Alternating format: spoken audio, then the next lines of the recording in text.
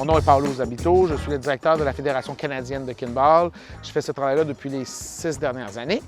Petit profil académique, j'ai une maîtrise en administration publique spécialisée dans les enjeux de santé publique. Puis ça fait 6 ans que je suis chez Kinball Canada, puis j'adore ça. En fait, c'est une super drôle de question parce que c'est une coïncidence. Initialement, ils cherchaient quelqu'un qui avait un profil plus de gestionnaire. Ils m'ont dit, écoute, on cherche quelqu'un plus avec un profil de gestionnaire pour gérer la fédération.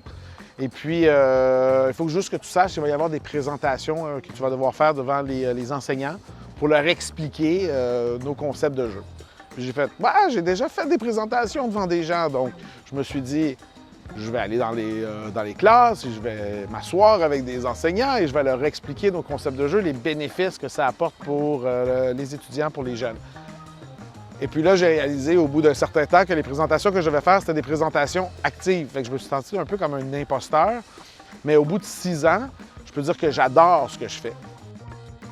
Le fait que les jeux, les concepts de jeu Omnikin, le Kinball, ce sont des sports et des jeux qui sont extrêmement inclusifs. Moi, plus jeune, j'étais quelqu'un qui n'était pas très actif. Donc, j'ai vécu cette réalité-là, surtout dans les années 80, on parle, où, comme jeune, tu es un peu exclu parce que tu es un petit peu une petite bédaine, quoi. Puis là, les gens ne te prennent pas, tu es moins athlétique, etc. Puis je trouvais ça vraiment triste. Puis ça fait en sorte que j'ai pas, moi, adopté des réflexes de vie active. Mais avec les jeux Omnikin, ce que je constate sur le terrain, c'est que les jeunes, ils ont envie de bouger.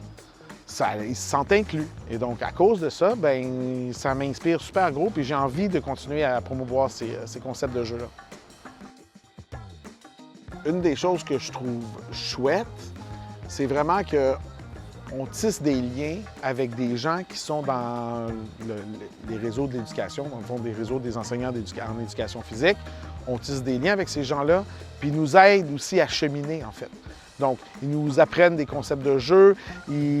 En étant avec ces gens-là, on échange sur des idées de concepts. Puis ça fait vraiment en sorte que, en tout cas, moi, je pense qu'en bout de ligne, ça aide vraiment les jeunes à se sentir inclus. Parce que quand tu échanges avec des profs pour trouver des concepts de jeu de plus en plus inclusifs, bien, ça se répercute sur la jeunesse. Je suis à Hamilton, dans une école secondaire, puis je croise une jeune fille. Là, je suis en train de faire une journée d'activité pédagogique avec des jeunes. Il y a une jeune fille qui rentre dans le cours et elle a ses écouteurs sur ses oreilles et elle est en train d'écouter de la musique. Et là, je regarde la jeune fille et j'ai dit, je reconnais elle, c'est moi. C'est moi pourquoi? Parce que j'étais pareil. Quand j'arrivais dans les cours d'éducation physique, il fallait que je me soustraie au cours, je mettais de la musique, peu importe, mais je ne voulais pas participer. Et je vais la voir, cette petite fille-là, puis je lui dis, écoute, je sais à quoi tu es en train de penser. Tu n'aimes pas les cours d'éducation physique, tu as un chandail de groupe rock, c'est sûr que c'est pas quelque chose qui t'allume. Ça paraît, tu n'as pas l'air investi. Puis elle dit, ouais, absolument, c'est pas le genre de truc que j'aime. Je dis, écoute, rends-moi un service. Je vais présenter quelque chose, essaye. Je te dis pas d'aimer ça, mais donne à ces jeux-là et au Kinball une chance. Et je la vois pendant son heure de cours, je la vois, puis elle est là en train de s'amuser, puis de rire, puis elle a du plaisir, là.